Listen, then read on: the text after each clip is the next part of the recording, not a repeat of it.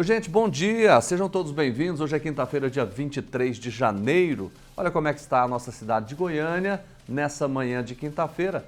Essas imagens estão sendo feitas ao vivo lá do Morro do Mendanha e mostram uma cidade com poucas nuvens. Mas normalmente é assim, no início da manhã, no período da tarde chega mais nuvens e normalmente chove.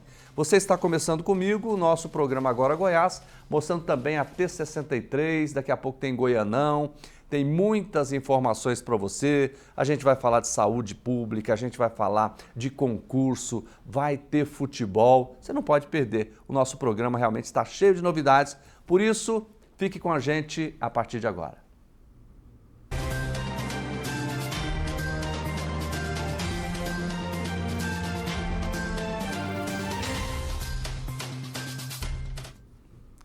O governo do estado está empenhado no combate à dengue. As prefeituras estão realizando também mutirões para diminuir o número de casos dessa doença. A reportagem que você vai ver agora é do Pedro Henrique Rabelo. O governador Ronaldo Caiado convocou todas as prefeituras para trabalharem forte no combate à dengue. É ritmo de mutirão diário. O protocolo já foi repassado pelo secretário, todas as ações já foram orientadas aos secretários e nós não podemos admitir que continue morrendo pessoas por aquilo que pode ser evitado. A Secretaria de Estado da Saúde já está dando todo o apoio aos municípios para essa missão. Capacitando as equipes que vão trabalhar tanto na área de vigilância, como de assistência, na vigilância laboratorial, no próprio combate ao mosquito, né, fazendo a manutenção das bombas de inseticida que são necessárias para fazer os bloqueios químicos quando você tem um caso suspeito. As equipes da Secretaria Municipal de Saúde de Goiânia estão espalhadas por toda a capital. O objetivo é esse mesmo: entrar dentro de cada casa, fazer essa vistoria e, principalmente, instruir os donos, os moradores, para que eles continuem nessa luta contra a dengue todos os dias. A gente encontra muita coisa. Nesse aqui, por exemplo, eu achei ali lona, né? Umas garrafas descartáveis, não estavam com água, mas provavelmente, se vier uma chuva de hoje para amanhã, vai para a água e vai ser um criadouro do mosquito da dengue. A gente orienta o morador a estar limpando o seu lote. Geralmente, quando é uma situação mais crítica, a gente faz um relatório, né, solicitando o que ele deve fazer, retirar os objetos, né, limpar, deixar nada com o objeto que pare água, e a gente volta 2 dias depois e a gente verifica se eles atenderam a nossa solicitação. A dona Filomena tem muitas plantas em casa, mas ela cuida bem.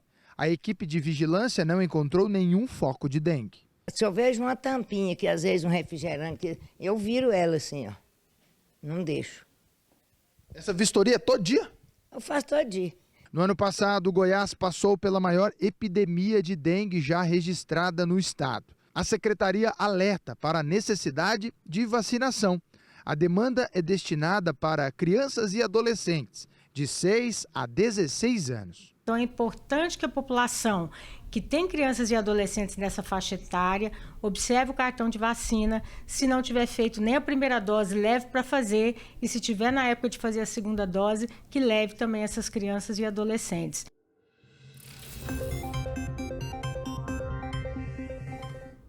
Gente, agora tem notícia boa para você. A Assembleia Legislativa vai realizar um concurso público. Quer saber mais detalhes? Eu estou recebendo aqui a diretora de Gestão de Pessoas da Assembleia, a Sulema de Oliveira. Diretora, está tudo bem? Seja bem-vinda. Tudo bem, bem-vindo. Eu agradeço o convite e bom dia para todos os telespectadores que estão nos assistindo.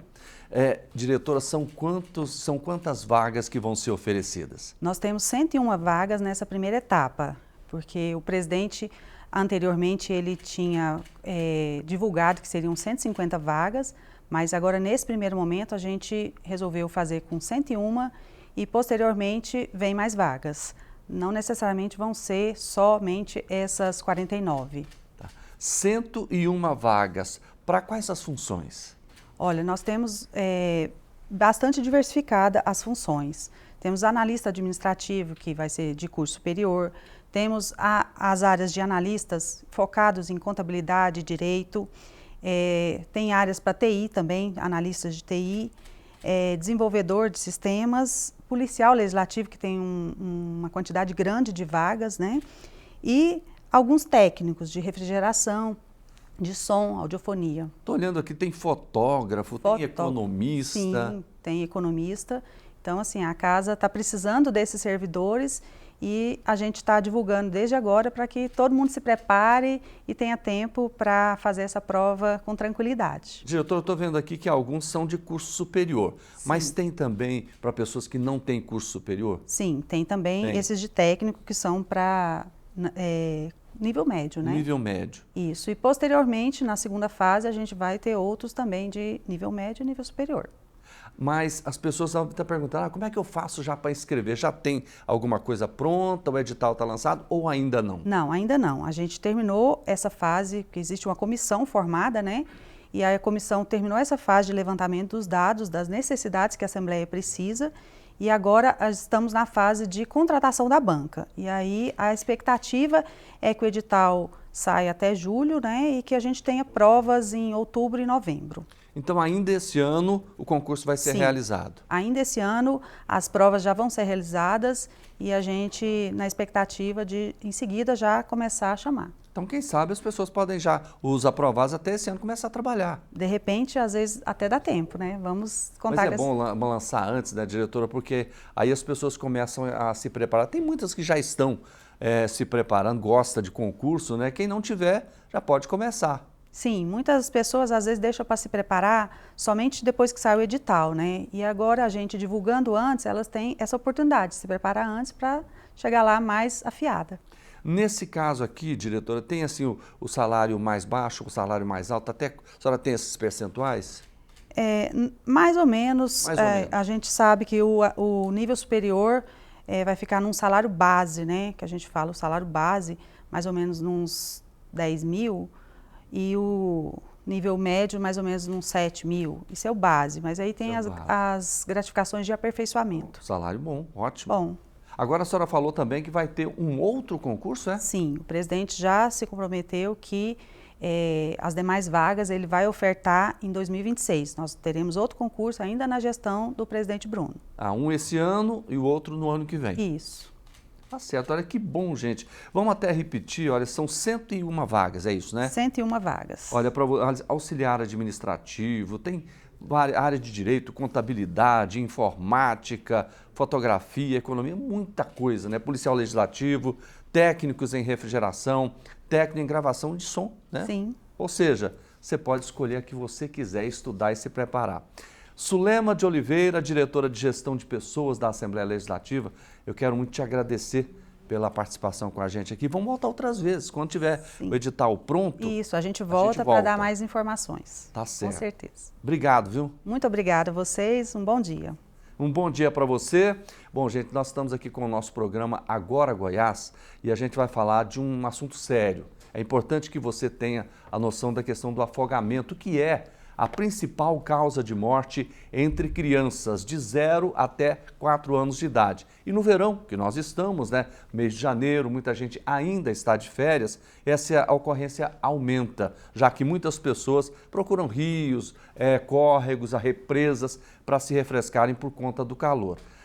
Colocar a criança na natação é uma forma muito especial e importante para evitar esse tipo de acidente, até mesmo de mortes. A Jaque Moura está chegando para trazer informações para a gente. Durante uma viagem com a família, Juliana vivenciou um quase afogamento com as 2 filhas pequenas. Depois do susto, ela decidiu matricular as crianças na natação. A gente passou por uma situação com a Valentina, quando era pequenininha, e com ela também em casa, na piscina.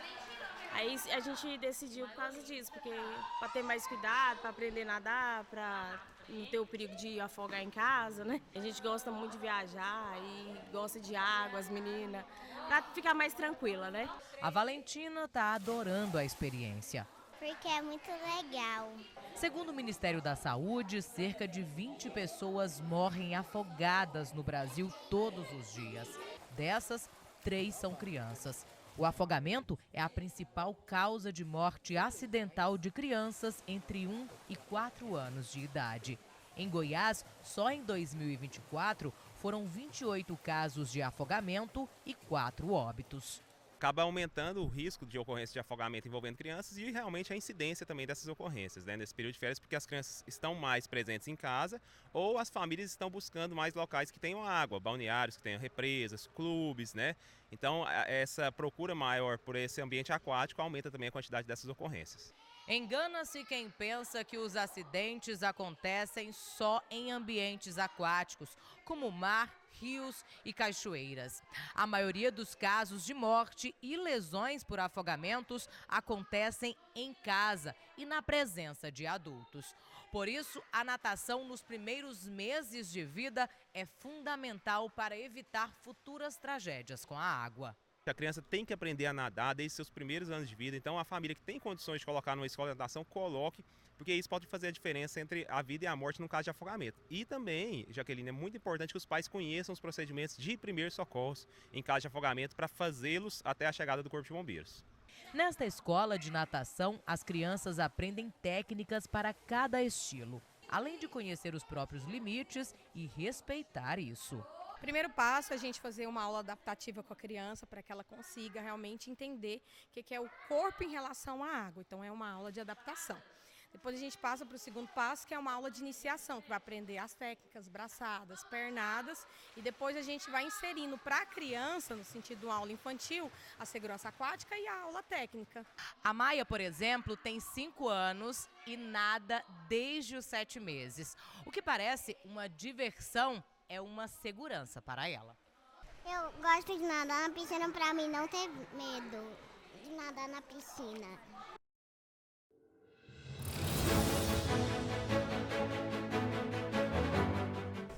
Tá vendo? Desde criancinha praticando esporte. Aliás, gente, falando em esporte, você sabia que o exercício físico ele pode reduzir em até 60% o risco daquele transtorno da ansiedade, e é sempre bom lembrar que o brasileiro é muito ansioso. Por isso nós vamos conversar agora com a coordenadora de psicologia da Unimed Goiânia, a Anita Mota Chediak. Coordenadora, tá tudo bem? Bom dia! Bom dia! Muito agradecida por estar aqui com a família do Agora Goiás, com vocês, nobres telespectadores, aqui em nome da Unimed Goiânia, no cuidado de todas as pessoas, né, de forma global.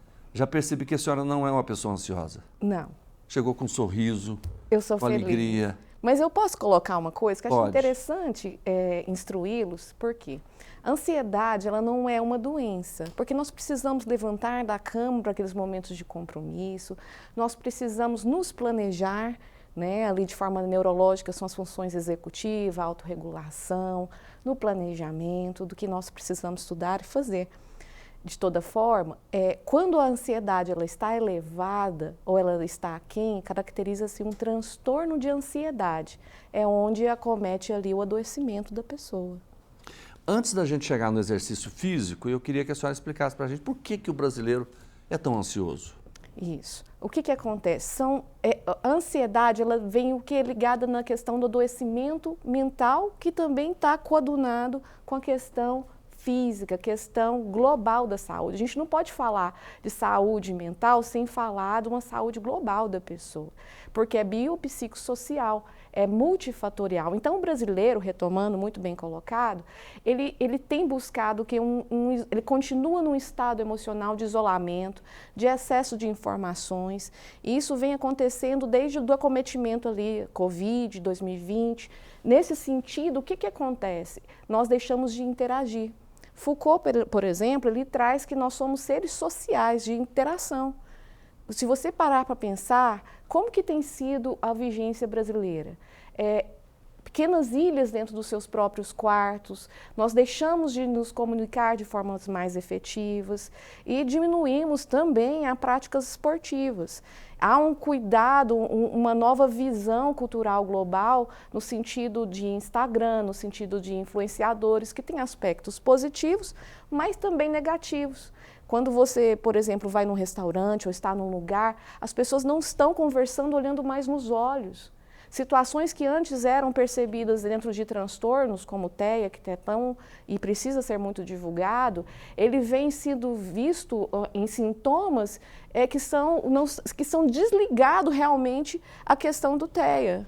Coordenadora, eu queria... vamos voltar na questão da pandemia. Sim. Foi um período horroroso Demais. que nós tivemos. Eu não podia dar um abraço na pessoa, não podia pegar na mão, a gente tinha que manter um distanciamento, usar máscara.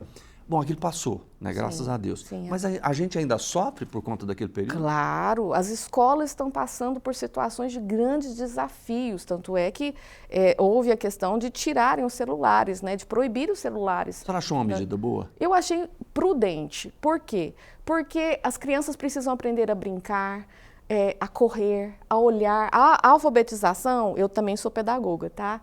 E a alfabetização, ela perpassa o quê? A fala, a interação, é de um momento ali visoarticulatório, porque o fonema, ele está junto do grafema, que é a escrita. As crianças não estavam vendo as coisas, as professoras não conseguiam atingir as casas e as famílias ficaram muito em telas, né? Então, há um déficit estudantil muito grande. Como serão esses profissionais do mercado de trabalho daqui a uns 10 anos? Né? Então, a gente precisa instruir as pessoas como ter uma inteligência emocional. Você já percebeu quanto as pessoas têm tido baixa tolerância à frustração? Muita.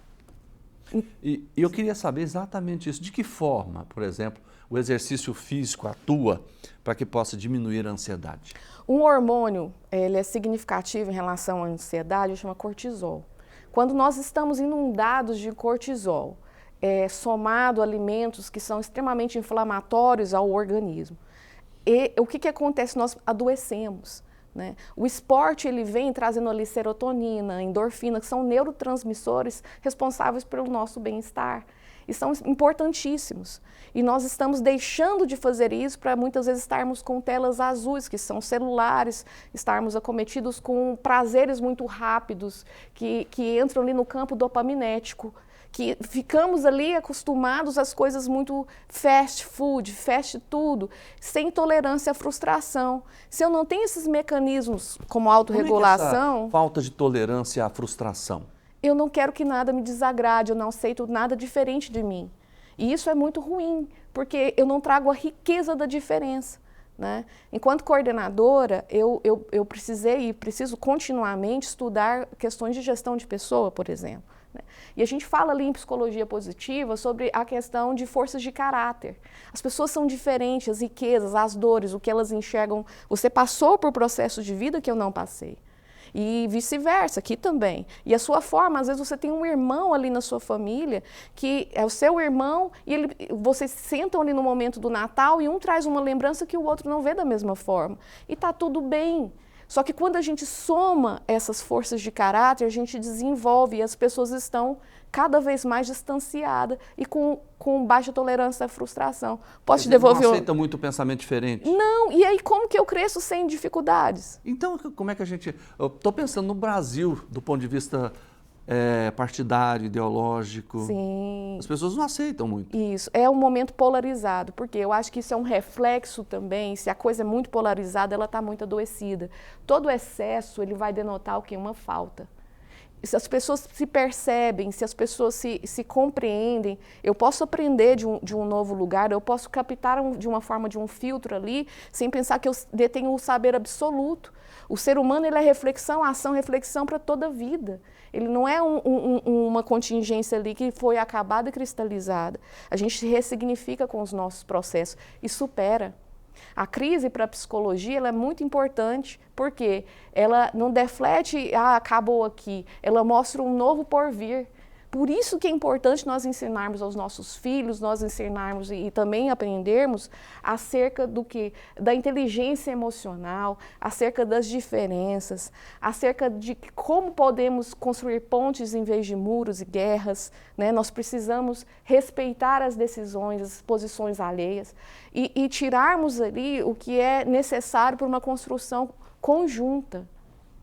Quando a senhora falou em a gente precisa de pontes e mão de muros, né? Sim. Eu lembrei de uma proposta do presidente que foi eleito e assumiu lá nos Estados Unidos, né? Sim. Quer dizer, um muro entre países, né? Não é um muro pequeno, É um muro de uma fronteira. Exatamente, muito bem colocado. Eu morei 10 anos nos Estados Unidos, estudei lá, trabalhei, e eu pude aprender não só da língua também, informação, mas maneiras diferentes. Foi maravilhoso para mim. Eu venho de uma família libanesa italiana, família de imigrantes, mas eu também vivenciei como imigrante num novo país. E tem um termo em inglês que é colocado assim, melting pot. O que é isso, Anitta? O melting pot é você misturar situações que são positivas. As coisas ruins a gente deixa, mas a gente não desfavorece uma nação inteira, uma cultura inteira, porque aquilo não faz sentido com os nossos pensamentos. A gente pode crescer além das nossas zonas de conforto. Em relação ao muro que o presidente dos Estados Unidos construiu, isso mostra ali certa intolerância. Por um lado, percebe-se possivelmente uma proteção, mas não resolve o problema, né? Voltando à questão da ansiedade, por exemplo, ela é elevada, ela traz ali maior número de cortisol, o esporte vem combatendo, né? Trazendo ali mais endorfina, mais serotonina, o coração tem muita serotonina, até mesmo os intestinos.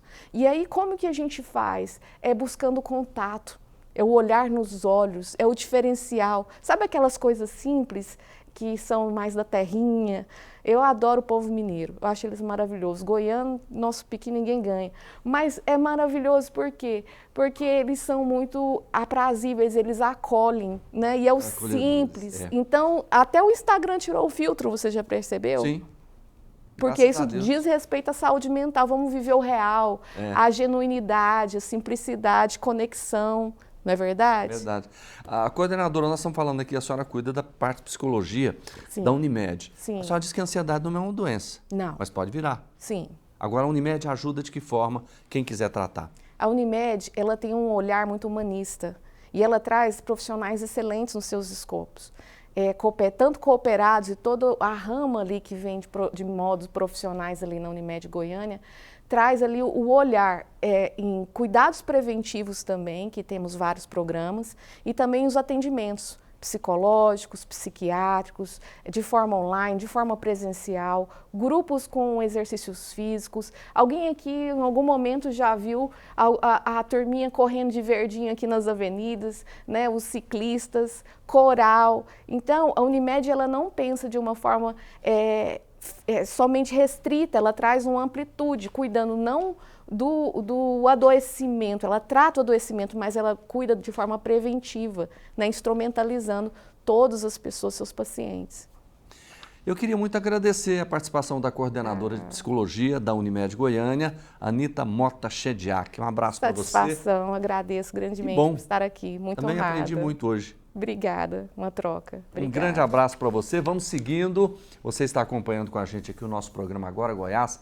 Daqui a pouco tem Saúde da Mulher, daqui a pouco tem a terceira rodada do Campeonato Goiano de Futebol, muitos gols e a gente tem mudanças nas posições aí. Mas agora nós vamos falar do chamado chip de hormônio. Se por um lado tem sido uma ferramenta no tratamento de doenças, por outro pode causar problemas até graves. É o que ocorreu com o deputado estadual Charles Bento. A reportagem da Edrisa Borges conta mais detalhes para a gente.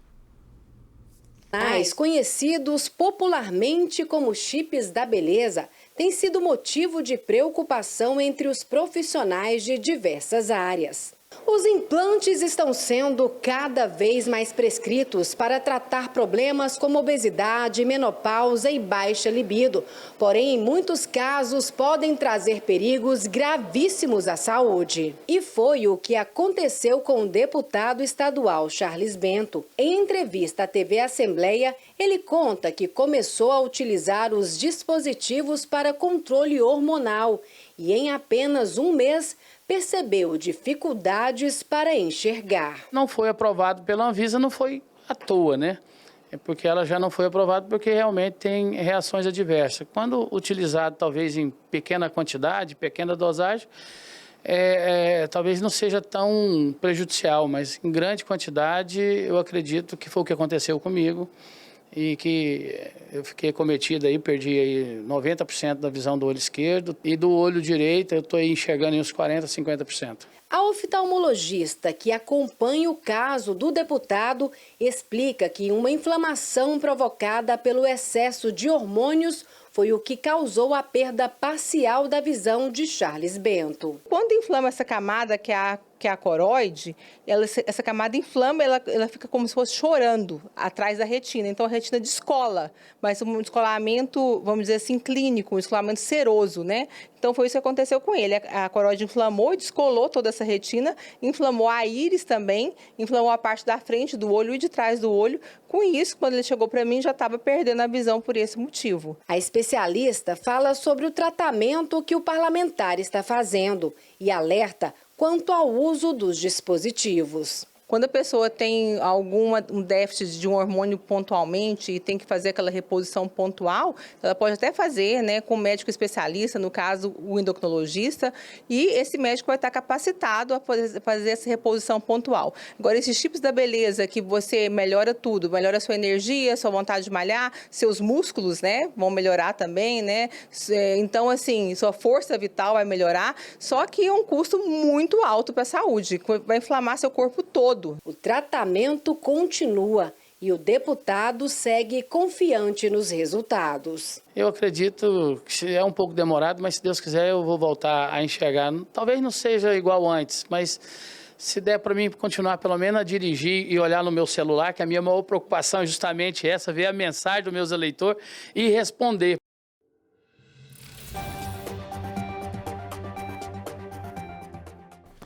Gente, toda quinta a gente fala da saúde da mulher. E hoje é um tema muito interessante e importante, sobre a obesidade. Até que ponto a obesidade interfere na saúde ginecológica? Sobre isso, nós vamos conversar com a doutora Mariana Mello, ginecologista da Assembleia Legislativa, já está aqui com a gente. Tudo bem, doutora? Seja bem-vinda. Tudo bem, muito obrigada. Mas toda quinta, né? Toda quinta eu tô aqui. Com um assunto super legal. Agora, doutora, vamos falar da obesidade, né? Segundo os dados do IBGE, mais de 50% dos brasileiros ou têm sobrepeso ou obesidade. Então, é algo extremamente comum, né? Inclusive nas crianças, né? Inclusive nas crianças. Algo para a gente entender a definição, entender as repercussões na saúde, entender como a gente pode tratar. Isso. Agora, vamos direcionar para a saúde da mulher, a saúde ginecológica, né? O que a obesidade interfere nisso? Interfere em toda a parte hormonal, basicamente, né? Além de aumentar o risco de várias doenças ginecológicas benignas e malignas também, como eu falei na última entrevista, né? O tecido gorduroso, ele é produtor de hormônio, né? Ele é produtor de estrogênio. E o excesso desse estrogênio na mulher causa aumento de risco de lesões orgânicas do tipo pólipo, do tipo mioma, além de atrapalhar todo o ciclo menstrual da mulher. Então, basicamente, a mulher obesa, né, ela tem uma facilidade de ter um sangramento aumentado na menstruação, já que durante o seu ciclo hormonal ela vai ter mais estrogênio e é o estrogênio que aumenta o tecido endometrial para menstruar.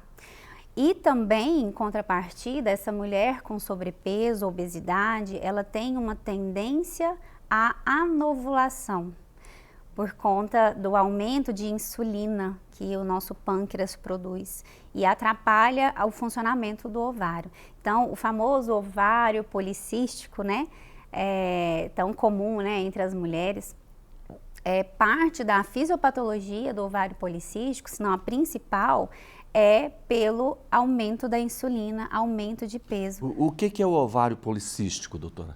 O ovário policístico, na verdade, é uma síndrome do ovário policístico, é uma síndrome que cursa com anovulação, então a mulher para de ovular, então ela para de menstruar, ela começa a ter menstruações afastadas uma da outra, né? Então 2, 3 meses sem menstruação, ou às vezes nem vem menstruação.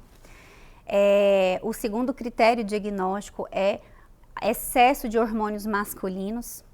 Porque o ovário, como ele não funciona tão bem, ele começa a produzir mais testosterona do que o normal. Então, a mulher passa a ter pelos grossos no corpo, onde geralmente não tem. Nós chamamos isso de hirsutismo. A mulher pode ter pelinho fino no rosto, né, nos braços, isso é normal, mas a partir do momento que ela tem pelos grossos, do tipo barba, né, no peitoral, na raiz da coxa, na barriga, né, na linha do umbigo, isso a gente chama de hirsutismo, é um sinal de excesso de testosterona para essa mulher. Então, excesso de testosterona tanto em sintomas quanto nos exames de sangue. E em terceiro lugar, o terceiro critério é o ultrassom. Então, fazer o ultrassom e ver o ovário ali com vários cistos, nós temos um critério ultrassonográfico de ovário policístico. Detectou isso, faz o quê? Primeira coisa, a gente tem que corrigir a causa, né? Antigamente, a conduta era usar anticoncepcional, né? Até hoje em dia, as mulheres às vezes associam o ovário policístico à necessidade de usar anticoncepcional. E, na verdade, o tratamento do ovário policístico é perda de peso. Perda de peso, uma dieta saudável. Quando a mulher... Perdendo peso corrige, doutora? Corrige, esse é o tratamento. Porque essa mulher com ovário policístico, ela tem uma tendência à obesidade. Geralmente, a obesidade leva a esse quadro de anovulação. Então, quando ela perde peso, o ovário volta a funcionar. Isso é tão bacana que tem até uma porcentagem de perda de peso e aumento ovulatório.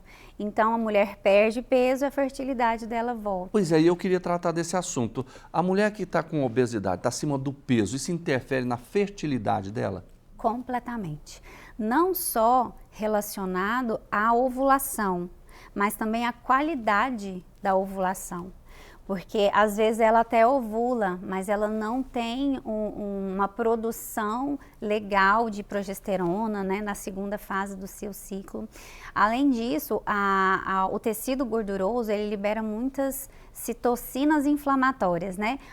O obeso, ele tem uma inflamação generalizada e isso repercute também... A obesidade é uma inflamação? É uma inflamação. A obesidade... A gente não imagina isso, né? Não, não imagina. A obesidade, ela é uma doença crônica e que leva a alterações hormonais para todo o corpo, né? E libera muitas citocinas inflamatórias em todas as partes do corpo.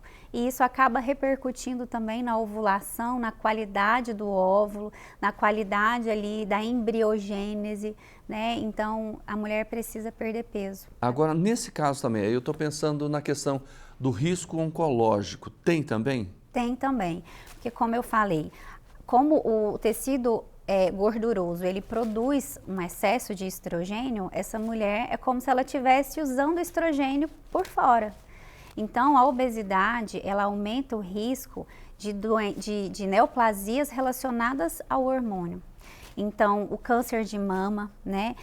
Nós sabemos que a obesidade, ela aumenta até 12 casos a mais de câncer de mama, em contrapartida com quem tem um peso normal, né? Mas é um risco muito maior, hein, doutora? É um risco muito maior. 12 vezes? Não 12 vezes, mas 12 casos a mais. 12 casos a mais. 12 casos a mais. Enquanto, por exemplo, uma terapia hormonal bem feita pode aumentar até 4 casos. Então, assim, o principal fator de risco para câncer de mama é a obesidade. Um dos principais fatores de risco para câncer de endométrio é a obesidade. E quando a senhora pega uma paciente, ela chega lá, ela está acima do peso, a senhora conversa com ela, coloca esses riscos todos, aí ela fala para a senhora, doutor, mas eu não consigo perder peso. Eu não gosto de academia. Isso é tão frequente, né? Na verdade, a senhora fala? Então, essa questão de não gostar de academia é tão difícil porque a nossa tendência não é se exercitar. O ser humano, ele nunca vai querer fazer atividade física. Eu acordei com a vontade de puxar um peso. Isso é raro de ver, né? A nossa vontade é de descansar mesmo, é ficar no sofá, assistir um filme, comer bem, ficar tranquilo. Nós precisamos entender que a atividade física, independente da obesidade ou não, ela tem que ser uma rotina, ela tem que ser um hábito. Como escovar os dentes é um hábito para nós. Como se fosse um dia de trabalho. Exatamente. Aquele que está obeso, ele precisa ainda mais de atividade física, porque é a atividade física que vai fazer com que essa gordura queime e com que os músculos aumentem. Eu falo para as minhas pacientes o seguinte: vai sem vontade, não espere a vontade de malhar aparecer, porque você precisa, principalmente as minhas pacientes, né, que são pós-menopausas, né, elas precisam de atividade física. E aí entra um conceito muito importante relacionado à obesidade. Antigamente nós definíamos a obesidade apenas em relação ao IMC, que é o índice de massa corporal, né? Que é o peso dividido pela altura ao quadrado. Semana passada foi publicado na revista Lancet, da Endocrinologia Mundial, novos conceitos de definição de obesidade, porque não é somente o peso, né? O músculo, ele pesa também. Então, uma pessoa que tem muito músculo, ela vai ter um IMC mais ou menos igual a quem tem uma obesidade. O tecido gorduroso, ele é maior, ele ocupa mais espaço, mas ele é mais leve. A gordura é mais leve do que o músculo. Então, mais importante do que o IMC, do que o peso, é a composição corporal. Quanto mais músculo a mulher tem, maior o seu metabolismo, mais rápido ela consegue gastar a caloria que ela ingeriu. Então, a atividade física ela é mandatória. Ninguém consegue aumentar músculo sem atividade física. Atividade física é bom para tudo, né? Agora há pouco a gente falava que o exercício físico pode reduzir em 60% o risco de transtornos ansiosos, né? Quer dizer, é bom para tudo. Então, doutora, eu queria agradecer mais uma vez a participação da senhora. A doutora Mariana Mello está toda quinta-feira aqui com a gente, né? Trazendo sempre um tema diferente e um tema voltado para a sua saúde mulher. Então, fique sempre ligado. Muito obrigado. Por nada. Já é um bom final de semana, mas já é sexta. Já é sexta. Gente, vamos continuando aqui. Daqui a pouquinho tem esportes aqui com a gente. Vamos mostrar gols para você. Mas agora a gente vai falar sobre trânsito. Olha, o goianiense está gostando daquela implantação da conversão livre à direita aqui no trânsito da capital. Você vai ver mais detalhes agora na reportagem do Túlio Isaac Filho. É que acontece um pouco de confusão com a nossa direita livre. Vários carros que estão parando aqui e o motoqueiro que quer entrar à direita, que é livre, não consegue. Ainda falta mais consciência e, claro, o motorista tem que observar flagrantes do dia a dia, meu amigo. Ó, vamos ver aqui, porque o trânsito está tranquilo, o sinal já está aberto. O problema é quando o sinal fecha. Motoristas que ainda não sabem. Ó, Washington, consegue pegar ali? Livre? Pessoal que ainda não sabe que a direita é livre em vários pontos da capital, ainda causam esse tipo de tumulto. O que a gente espera é que daqui a um tempo todos os motoristas fiquem ligados. Ó, um exemplo disso é esse carro branco. Ó, o carro branco vem e foi embora. Desafoga o trânsito? Sim, com certeza. Já em outros países já existe isso há muito tempo e agiliza bastante o trânsito. Desafoga sim, com certeza. Tudo que vem para melhoria, para desafogar o trânsito é bem-vindo. Ótimo, boa ideia, muito bom. Ficou 100%. Facilita? Demais da conta. Acho bom, gostei. Gostou? Desenvolve muito. Nós já temos quase 10 pontos aí virando à direita, serão 180 na primeira remessa e chegarão até 350. Você vê que aonde a direita foi livre, como por exemplo ali na T7, no Tatico, ficava tudo empaçocado ali no final da tarde. Hoje você passa a tarde lá, tranquilamente o trânsito está fluindo.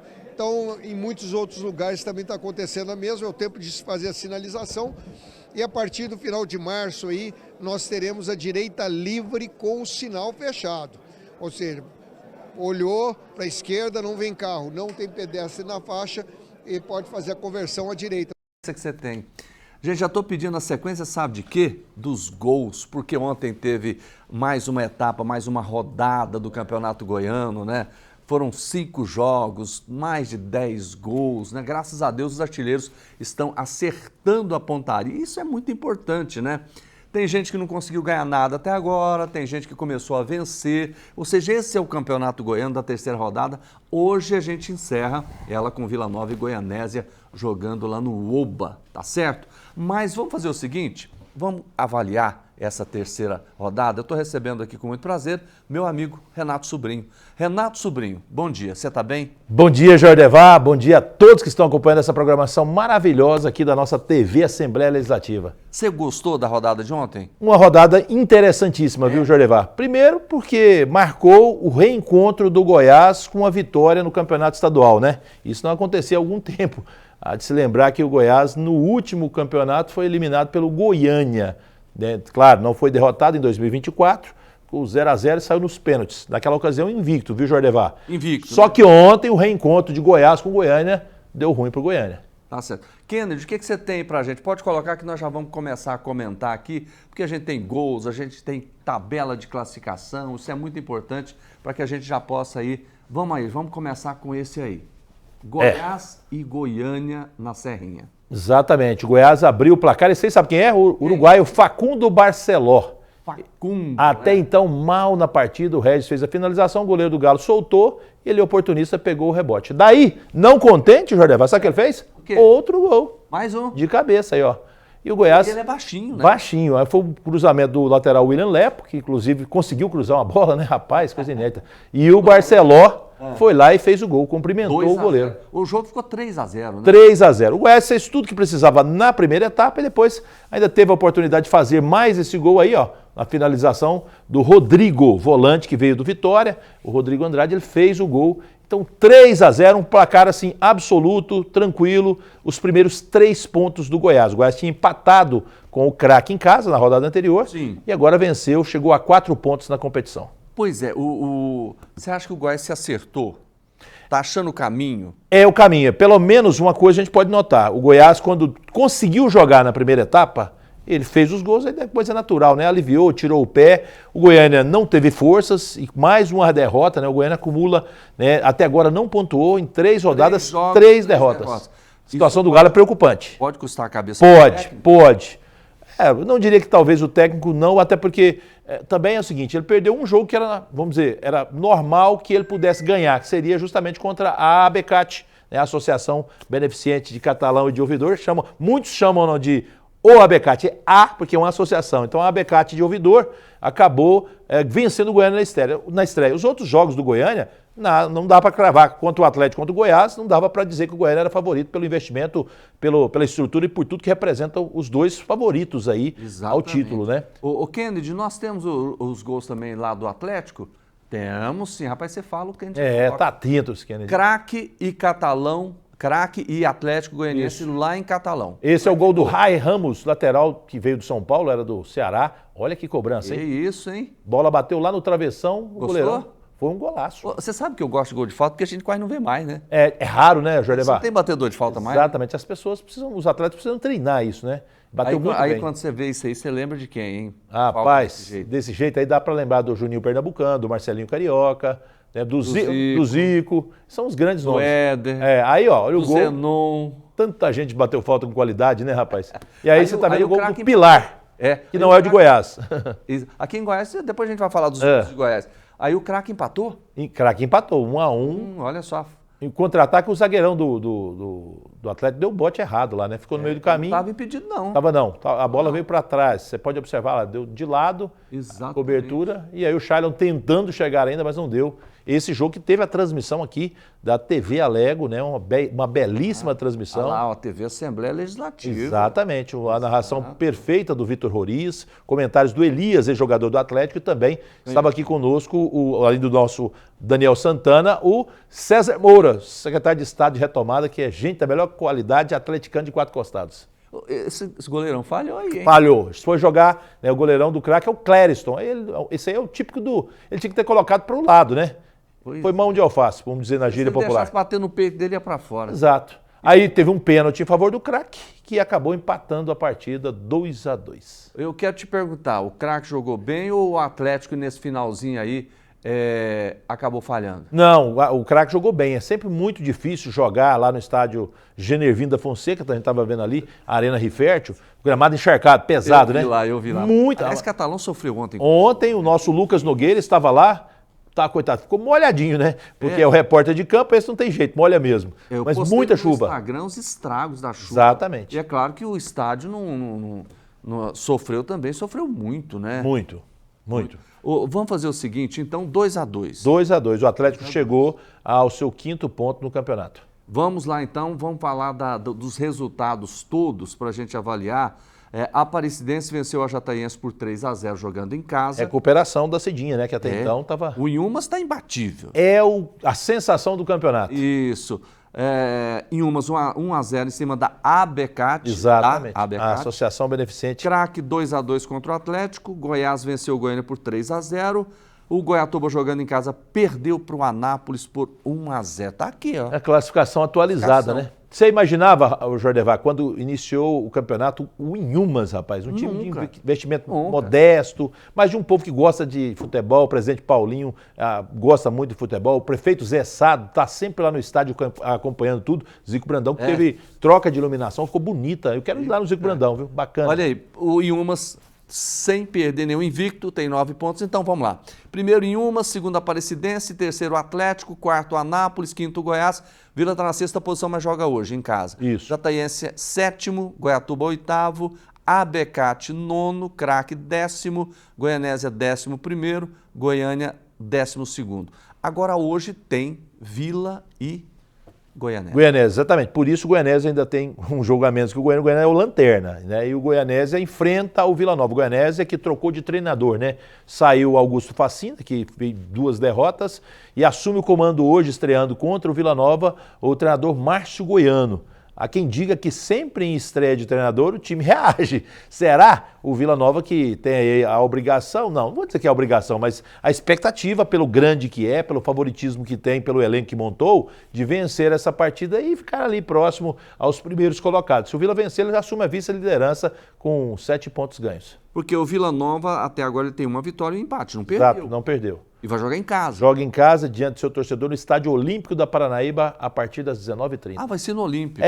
O Onésio Brasileiro Alvarenga está passando por reformas, então o gramado foi todo retirado, está implementando a reforma, vai demorar aí mais uns dias, né? Pelo menos um mês, pelo menos. Fato é que o Vila joga contra o Goianésia e domingo já vai ao Estádio Antônio Ascioli, tem clássico contra o Atlético.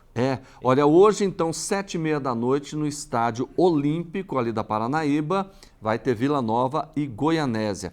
Você já quer falar na próxima rodada? Você já começou? Pode mandar. Podemos fazer. Pode falar aí. Clássico então, domingo que vem, quem que é? Atlético e Vila Nova no Estádio Antônio Ascioli. Eita! Esse jogo, ou seja, o Vila vencendo hoje, dá mais um ânimo, uma motivação. O Atlético está retornando de Catalão agora pela manhã, né? Pernoitou lá, muita chuva, essa coisa toda.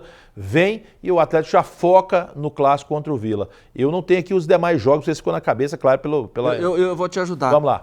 Mas eu só estou olhando aqui enquanto você fala, porque o Atlético ganhou 1 e empatou 2. Exatamente. O Vila Nova ganhou 1 e empatou 1. E joga outra provavelmente vai ter a segunda vitória. Se acontecer isso, é elemento maior, porque o Vila vai visitar o Atlético na tabela de classificação à frente do Dragão. Então isso aí vai ser mais um elemento importante para a rivalidade que já existe entre ambas as torcidas. Se o Vila Nova perder uma zebra do tamanho do mundo, né?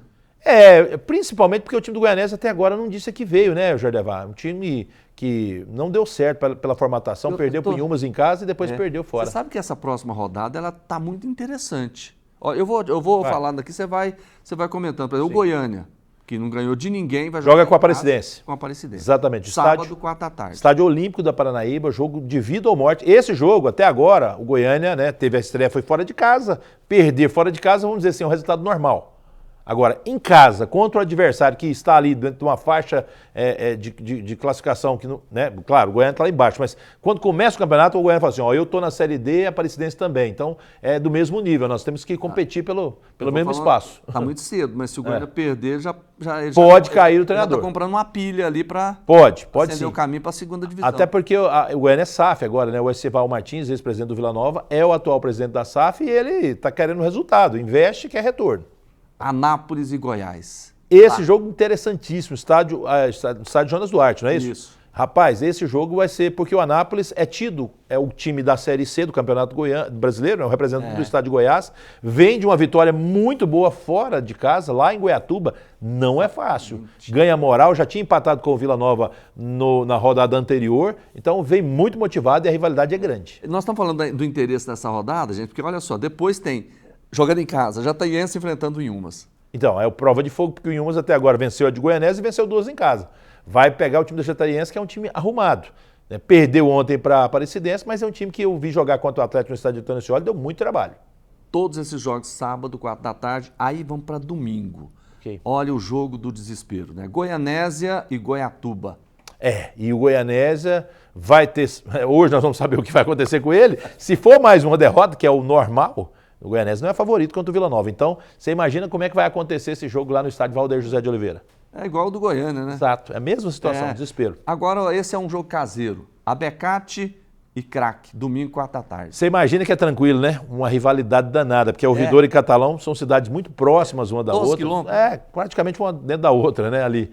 E é o jogo para time da casa, né, o Abecate. Se bem que o jogo no mando do Abecate mesmo, né? No Exato, estádio... o Abecate está mandando, né? Exatamente. Agora, o Atlético também vai mandar contra o Vila domingo, 5 da tarde. 5 da tarde, todas as expectativas para esse clássico, que é o primeiro clássico de maior apelo popular, né? E agora, quem para você tem mais vantagem? Hoje, diante do que até agora vi, é claro, se o Vila Nova vencer hoje, ganha moral, ganha confiança, isso é importante. Além dos 3 pontos, dá essa condição. Mas o jogo é na casa do Atlético. E eu não pipoco, Jorlevar. Para mim, todo jogo tem favorito. E nessa ocasião, diante do que vi, mesmo o Atlético tendo empatado ontem, o Atlético é favorito contra o Vila, jogando em casa. Você acha que o time do Atlético hoje está mais arrumado?